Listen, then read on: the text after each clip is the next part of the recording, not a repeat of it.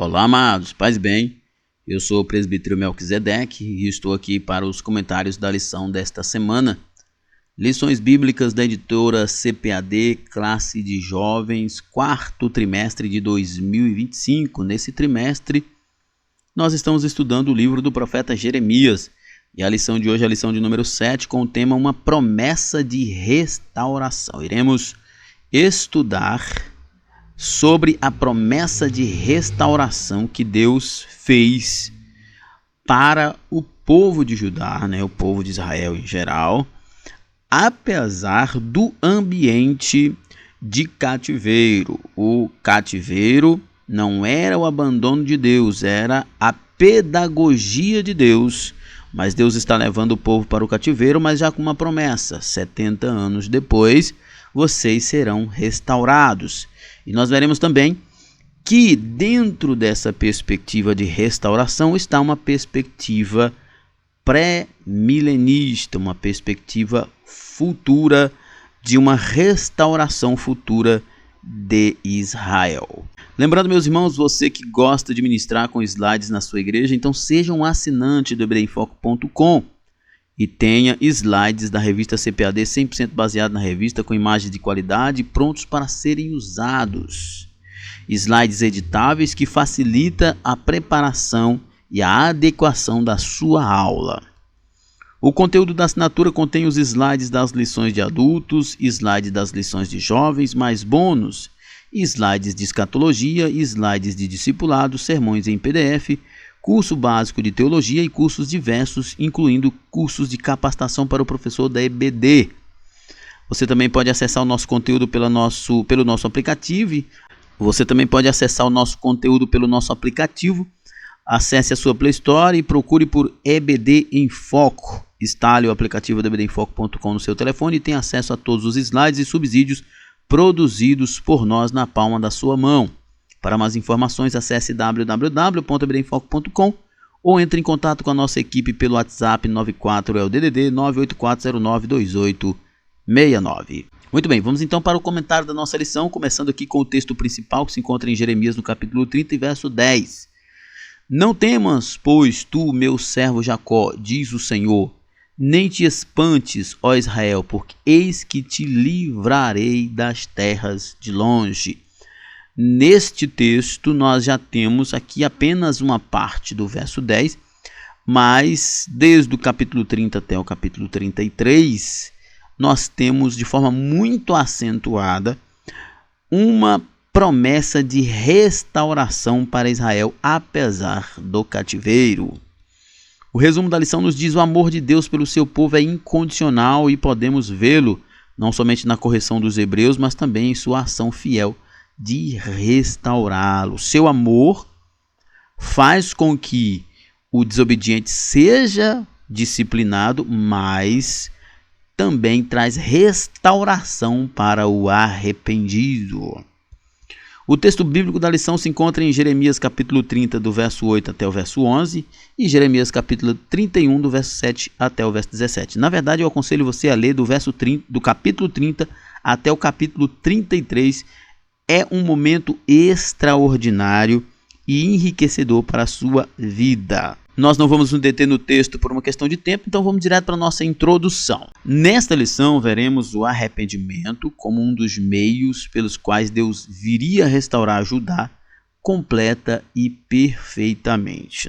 Como eu acabei de falar, a justiça, a correção, como expressão do cuidado de Deus para aquele que falhou, mas se arrependeu. Eu não vou me deter no texto por uma questão de tempo, mas é claro, você faz aí uma leitura profunda de Jeremias capítulo 30 até o capítulo 33. Então vamos para a nossa introdução. E a nossa introdução nos diz: nesta lição veremos o arrependimento como um dos meios pelos quais Deus viria restaurar Judá completa e perfeitamente. Como eu disse agora há pouco, o amor de Deus está presente tanto na restauração quanto no juízo. O amor de Deus está presente no juízo porque ele é justo. E o amor de Deus está presente na restauração, porque também ele é justo e restaura aquele que se arrepende. Primeiro tópico, a aliança de Deus com o seu povo. O Deus da aliança. De acordo com o dicionário bíblico Wycliffe, aliança é um acordo entre duas ou mais pessoas em que 4 elementos estão presentes: as partes, as condicionantes, os resultados e as garantias, né? É assim que funciona a maioria das alianças por toda parte, em toda a história. Existem 2 partes que planejam e que executam esse contrato. Existem as condicionantes, que tanto traz bônus quanto o ônus de acordo com a violação ou ampliação, né, ou cumprimento das condicionantes, os resultados que se esperam e as garantias que são expressadas também nesta aliança. Então, a maioria das alianças, e como diz o dicionário Wycliffe, a maioria das alianças, elas têm presente as partes, as condicionantes, os resultados e as garantias. Em Êxodo 19, de 3 a 6, estes 4 elementos estão presentes. Observe, por exemplo, Deus e o povo são as partes. A obediência, a condicionante.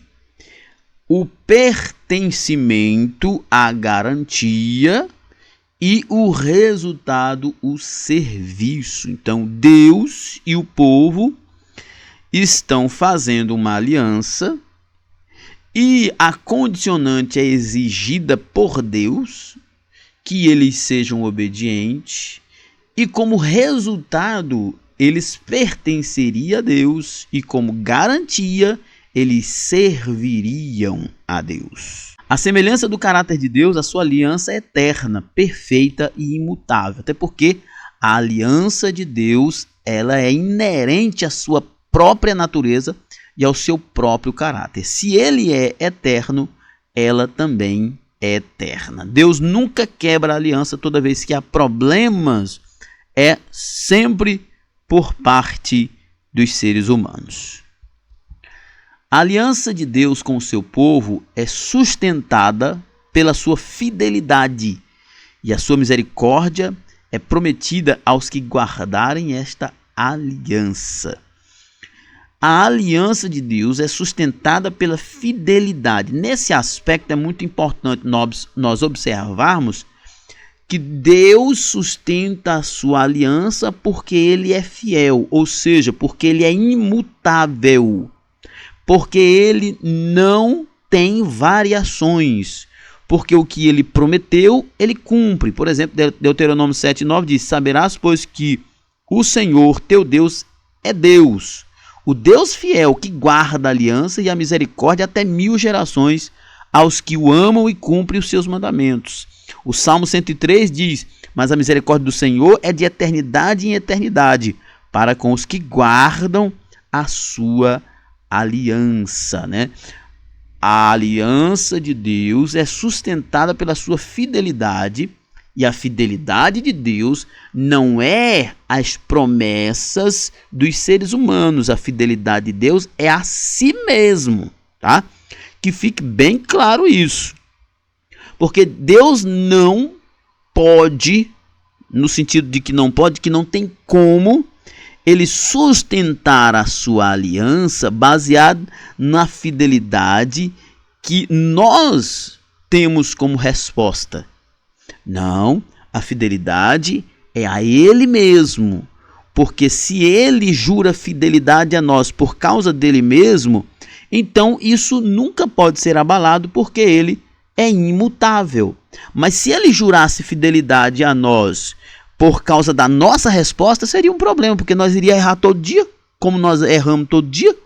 Então, por isso que Daniel, quando ele ora, ele diz: Senhor, perdoa o teu povo, perdoa-nos, não porque nós merecemos, mas por causa do teu grande amor, por causa da tua benignidade, por causa da tua misericórdia, por causa de ti mesmo, que é perfeito.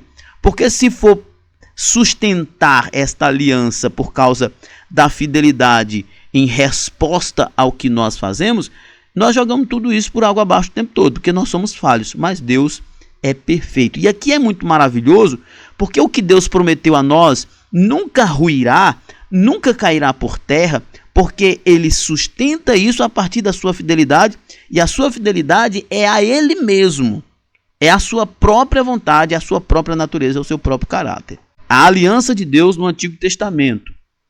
De acordo com as Escrituras, a aliança de Deus com a humanidade ocorre tanto de forma condicional quanto incondicional. Na aliança condicional, como o próprio termo designa, as promessas divinas estão condicionadas à obediência humana aos seus preceitos.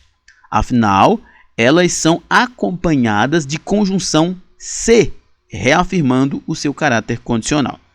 Nós vemos isso de forma muito clara lá em Deuteronômio 28, e a maioria das alianças que Deus faz com o povo tem essa conjunção se.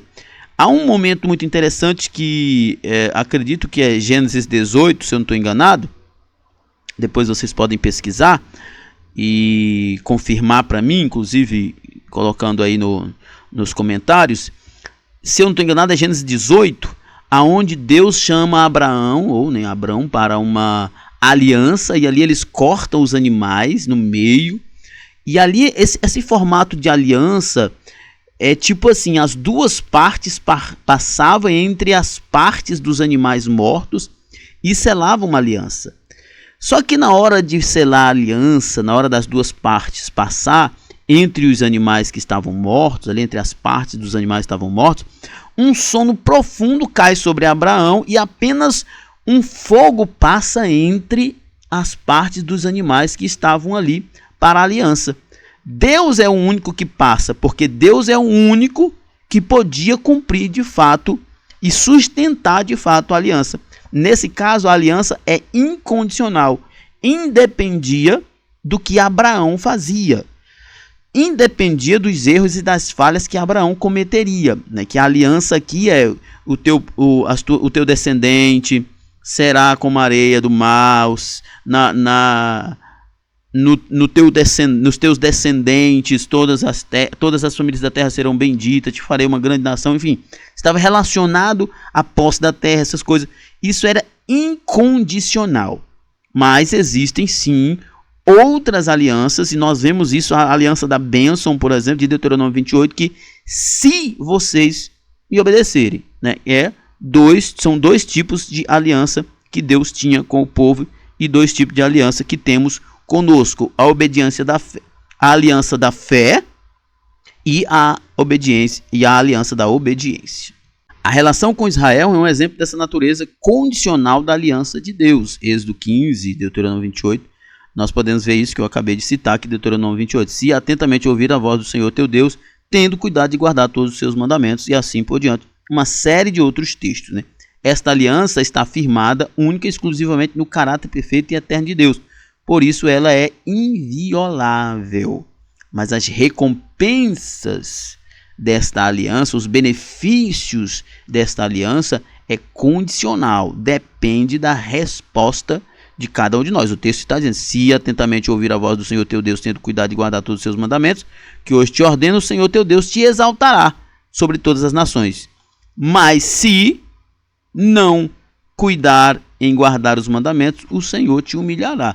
É essa a realidade da aliança condicional. Além de apresentar o desenvolvimento das alianças de Deus com a humanidade, o Antigo Testamento antevê e anuncia a nova aliança, como em Isaías 61 e Ezequiel 37, e nós vemos o cumprimento delas em Mateus 26.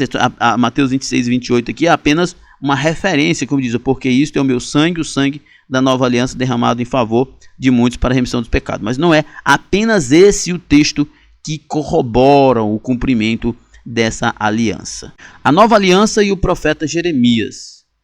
Os capítulos 30 a 33 do livro de Jeremias compõem uma seção na qual Deus reforça o seu cuidado para com o seu povo, prometendo-lhe restauração e reafirmando a sua fidelidade com a sua palavra em relação à sua aliança com o seu povo, né? Esse trecho, ele é belíssimo. Infelizmente a gente não tem tempo para ler aqui, mas você pode ler os capítulos 30, 31, 32, 33 de Jeremias, você vai ver que coisa maravilhosa. No capítulo 31, por exemplo, quando Deus diz que ele escreverá a sua lei no coração, onde as pessoas temerão a Deus por disposição interna e não por um mandamento. As palavras de Deus por meio de Jeremias nesta sessão levaram o povo a no mínimo pensar em um tempo para além dos seus dias, pois o profeta falou a respeito de um tempo novo, de uma nova aliança, apontando a respeito de Jesus Cristo, a quem ele chama de renovo de justiça. Jeremias 33:15, por exemplo, fala de forma muito clara: naqueles dias, naquele tempo, farei brotar a Davi um renovo de justiça. Ele executará juízo e justiça na terra. Isaías também fala desse renovo. Tudo uma referência a Jesus. É importante nós observarmos, professor, aluno, que estas profecias de restauração de Israel, e não somente as profecias de restauração de Israel, mas muitas profecias que nós temos na Bíblia, especialmente estas dos profetas, né, dos profetas da escrita, né, os profetas maiores, profetas menores, geralmente elas têm um cumprimento imediato e posterior. Ela tem um cumprimento imediato que é um pouco periférico, mas tem o seu ápice no final dos tempos. E aqui nós vemos: naqueles dias, naquele tempo, farei brotar a Davi um renovo de justiça, e ele executará juízo e justiça sobre a terra. Isso aqui é uma referência clara a Jesus, porque não há na história da humanidade de Israel até hoje, depois de Davi, um rei que cumpra esses requisitos. A restauração do povo nos dias de Jeremias representava naquele momento a libertação do cativeiro, mas para isso eles deveriam compreender o pacto eterno de Deus com a humanidade, que nós precisamos nos render a ele. Segundo tópico, o caráter de Deus e a restauração de seu povo. A justiça divina. Os atributos de Deus, isto é, as suas qualidades, dizem respeito ao seu caráter, que, de acordo com as Escrituras, são conhecidos através de suas obras. O Salmo 19 diz: os céus proclamam a glória de Deus e o firmamento anuncia as obras de suas mãos. A relação do cuidado de Deus com o seu povo permite conhecer parte de seu caráter, como se vê a sua justiça, a sua fidelidade e o seu amor na promessa que fez de restaurar seu povo que estava no cativeiro babilônico. Primeiro, o cativeiro babilônico é uma expressão da justiça de Deus, porque o povo está em estado de rebeldia. E a libertação, o resgate também é uma questão de justiça, porque Deus faz uma promessa, e a promessa que Deus faz é que quando aquele tempo, que era o tempo de cura, especialmente cura da idolatria para o povo de Judá, esse tempo se findaria. Então Deus, por ser justo, ele traz o povo de volta. E ele é fiel, porque ele não muda, ele não desiste daquilo que ele falou. E é uma expressão do seu amor leal. A Bíblia apresenta Deus e a sua justiça como eternos. A justiça do Senhor não anula outros atributos, como, por exemplo, seu amor, a sua bondade e misericórdia, antes os acentua. As pessoas têm uma visão equivocada sobre a justiça de Deus. Imagine você sendo preso injustamente. É óbvio que você não vai gostar. Ninguém vai gostar. Por quê? Porque é injusto. Você não deve. Mas imagine que alguém é preso por justiça. As pessoas concordam com isso, porque é uma questão de justiça. Não é uma questão de falta de amor, é uma questão de justiça. Por outro lado, as pessoas também confundem a ideia de amor. As pessoas pensam que amor é uma permissividade para o erro. Não, o amor é, antes de tudo, um atributo divino que preza pela pureza, pela santidade, pela preservação da vida. Então, assim, toda vez que nós falamos de justiça, a justiça é também uma expressão do amor de Deus. E quando nós falamos de amor, o amor também é uma expressão da justiça de Deus. A justiça divina foi uma das bases sobre as quais Deus garantiu que restauraria o seu povo que estava cativo na Babilônia.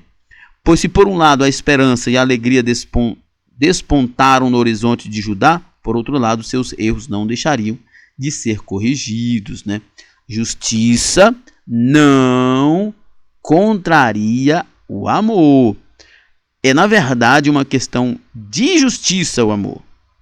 O amor não contraria a justiça. A justiça, ela age porque Deus é justo e Deus ama. O amor age porque Deus é amor.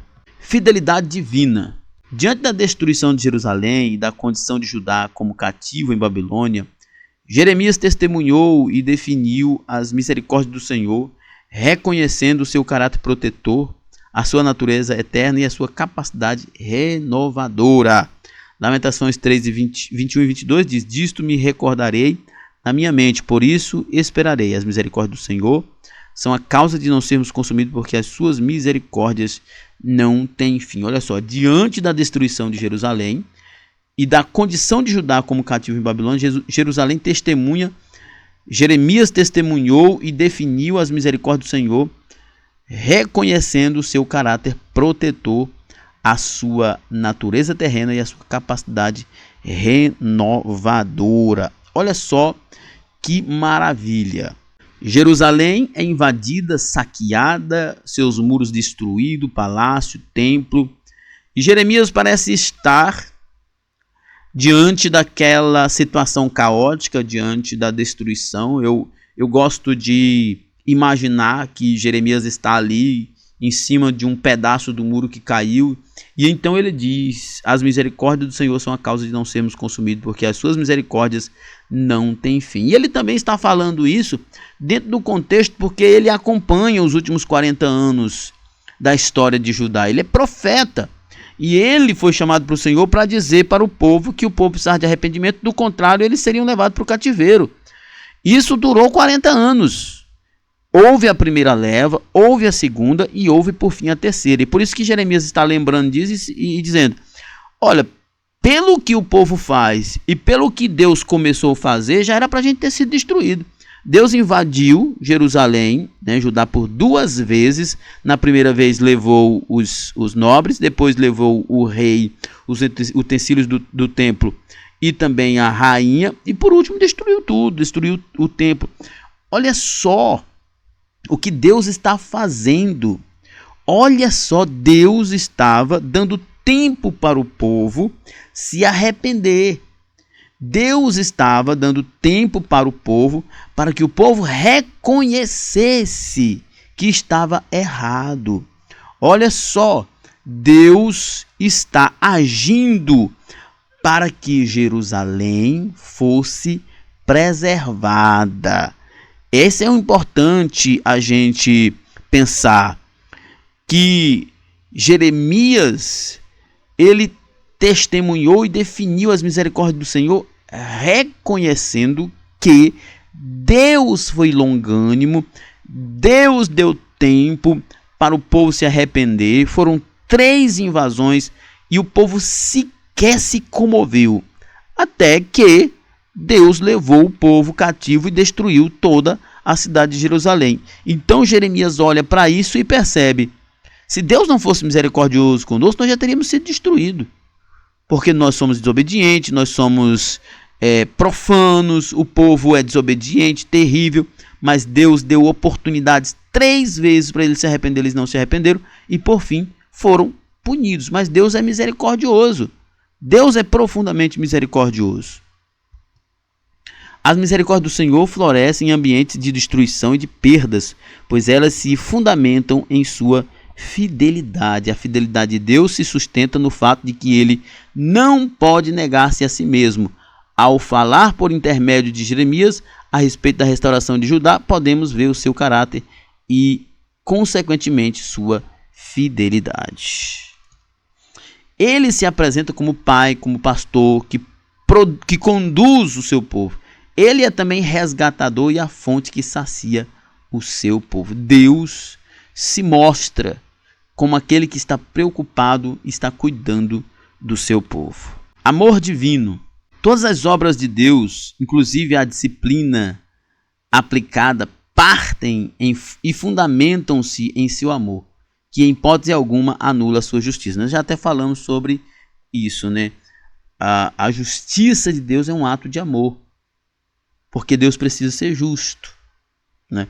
A disciplina é um ato de amor, porque Deus não quer que a gente fique na desobediência. Então, quando nós olhamos para a disciplina, para a correção de Deus, nós precisamos lembrar que essa correção, essa disciplina está fundamentada na misericórdia, está fundamentado. Lembrando você que está assistindo a nossa aula, se você assistiu até aqui, curte, compartilha, deixe o seu comentário para que esse conteúdo possa alcançar mais pessoas. O amor divino. Todas as obras de Deus, inclusive a disciplina aplicada, partem e fundamentam-se em seu amor, que em hipótese alguma anula a sua justiça. Até falamos sobre isso. O amor não anula a justiça. O problema é a concepção que as pessoas têm sobre justiça, que as pessoas acham que a justiça de Deus é injustiça, que seria justiça se as coisas fossem feitas da nossa maneira. As pessoas pensam que o amor de Deus é leviano, é um negócio permissivo, e não é. O amor de Deus é, antes de tudo, santo, reto, puro. Por isso que a própria justiça de Deus se fundamenta em amor.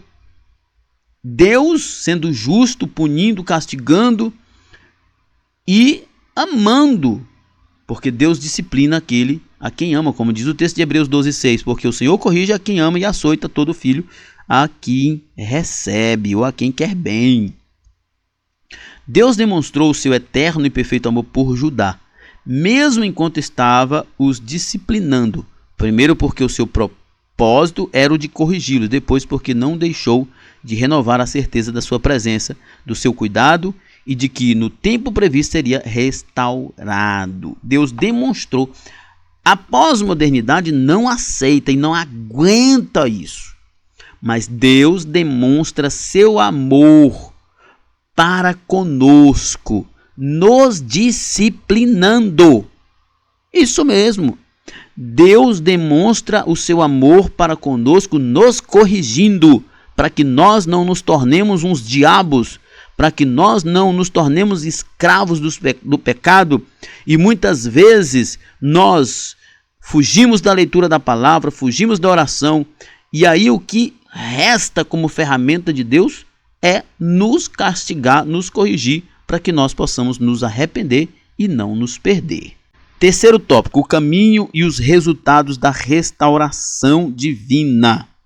Você que está nos assistindo, deixe o seu like, se inscreva aqui no canal, deixe o seu comentário, nos ajude aí para que esse conteúdo continue crescendo e ajudando mais pessoas. Oração como um recurso. O caminho e os resultados da restauração divina é o nosso terceiro tópico. Oração como um recurso de restauração. Deus já havia garantido que Babilônia não seria a habitação permanente de seu povo. Pelo contrário, havia um tempo estabelecido por ele mesmo e que, cumprindo este tempo, restauraria o seu povo. É interessante que o povo vai para a Babilônia de forma assim, é estarrecedor, porque são 3 investidas da Babilônia e o povo não se arrepende. Deus está dizendo tudo o que precisava dizer e o povo não se arrependia. Só depois que estavam lá em Babilônia é que, estudando, Daniel, por exemplo, estudando sobre as profecias de Jeremias, entende que era para voltar com 70 anos, né? Deus já havia previsto, já havia dito isso. O cativeiro babilônico foi planejado por Deus, estabelecido, data para ir e data para voltar, porque Deus é o dono de Judá. Ao renovar as promessas de restauração do seu povo, o Senhor apresentou a oração como um dos principais recursos de restauração, ou ainda como meio pelo qual a vontade de Deus é cumprida. Isso aqui é muito interessante, porque se criou uma ideia de que quando a gente ora, a gente move a mão de Deus, move o coração de Deus, e não é por aí. Não há nada que nós façamos que mude o coração de Deus, que mova Deus, que tire Deus do seu trono. Não há nada. Quando nós oramos e as coisas acontecem, os milagres acontecem, as bênçãos acontecem, é porque Deus, pela sua infinita graça, pelo seu infinito poder, pela sua infinita majestade, estabeleceu que o meio pelo qual nós somos abençoados é pela oração. Deus estabeleceu que como é que a gente pode receber dele alguma coisa? Pela oração. Deus estabeleceu isso. Deus estabeleceu que quando é que a vontade dele é feita? Quando nós oramos. Que a oração não é para mover Deus, mas a oração é o que Deus estabeleceu para que a vontade dele fosse feita. Gratidão e arrependimento. A gratidão e o arrependimento são virtudes valiosíssimas do ponto de vista bíblico e doutrinário.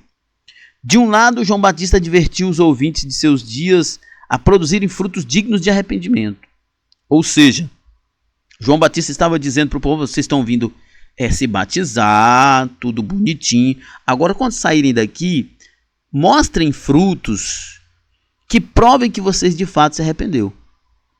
Por outro lado, o apóstolo Paulo ensinou que as petições sejam em tudo conhecidas diante de Deus pela oração e súplicas, com ação de graça.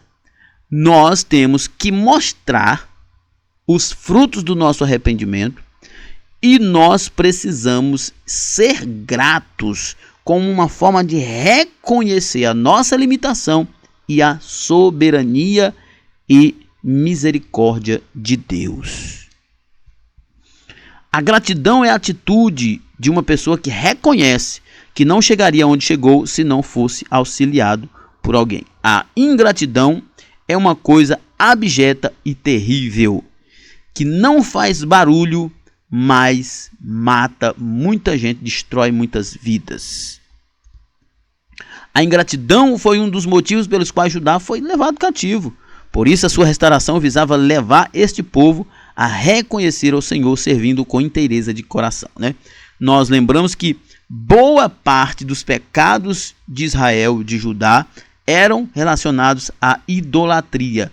E o cativeiro babilônico curou eles definitivamente da idolatria. Os frutos da restauração. O sofrimento de Judá no cativeiro babilônico foi tão elevado que o texto fala de choro, lamento e tristeza, né? Jeremias 31:9 diz: virão com choro e com súplicas, os levarei, guiá-los-ei aos ribeiros de água por caminho reto, em que não tropeçarão, porque sou pai para Israel e Efraim é o meu primogênito. Então, virão com choro e com súplicas, né? Judá sofrerá no cativeiro babilônico. E o sofrimento será alto, que eles virão chorando e suplicando ao Senhor. Além disso, esse sofrimento é representado poeticamente pelo choro de Raquel, pelos seus filhos que são levados à Babilônia, né? O texto de Jeremias 31:15 diz: assim diz o Senhor, ouvi-se um clamor em Ramá, pranto e grande lamento. Era Raquel chorando por seus filhos e inconsolável por causa deles, porque já não existia. Isso porque está relacionado a Judá e também a Benjamim e Efraim. Os futuros gritos de alegria seriam fruto da promessa de que o povo seria liberto do cativeiro. Jeremias 31:7 diz: porque assim diz o Senhor, cantai com alegria a Jacó, exultai por causa da cabeça das nações, proclamai, cantai louvores e dizei: salva, Senhor, o teu povo, o restante de Israel. O futuro grito de alegria seria fruto da promessa que o povo seria liberto do cativeiro. E o povo está cantando e exultando porque Deus está mudando o quadro de Israel. Além da alegria exuberante, o povo seria beneficiado com a salvação, liberdade, com o descanso e o refúgio representados na expressão águas tranquilas e o caminho direito. Né? O capítulo 30, verso 10 diz: aquele que espalhou a Israel o congregará e o guardará como pastor o seu rebanho. No verso 9 diz: guiá-los-ei, né? O 31:9, aos ribeiros de águas por caminho reto, em quem não tropeçarão. A promessa de Deus, né, é maravilhosa, é exuberante, porque ele diz que o povo será beneficiado com salvação, com liberdade, com descanso e refúgio, representado pelas águas tranquilas e o caminho direito. Deus prometeu fartura de alimento e restauração do seu povo a partir daqueles poucos que ainda estavam na Babilônia, incluindo os cegos, aleijados, mulheres grávidas de parto, sem deixar de se dirigir aos sacerdotes. Deus reconstrói toda aquela história. Deus reconstrói a partir de quem era relativamente desprezado pelos outros. Nossa conclusão. Esta lição é um convite a continuarmos reconhecendo a importância da oração, seguida de gratidão e arrependimento como meio de alcançar a renovação espiritual. A semelhança do compromisso de Deus com Judá, que fundamentado em seu compromisso com a sua aliança com seu povo e em seu caráter, o Senhor permanece o mesmo e pode restaurar o que se quebrou e promover renovação espiritual ainda hoje. Creia nisso. Muito bem, chegamos ao final de mais um comentário. Que Deus e Cristo nos abençoe. Na plataforma ebdemfoco.com você tem tudo o que precisa para ministrar uma aula com excelência. Ficamos por aqui, até a próxima. Paz e bem a todos.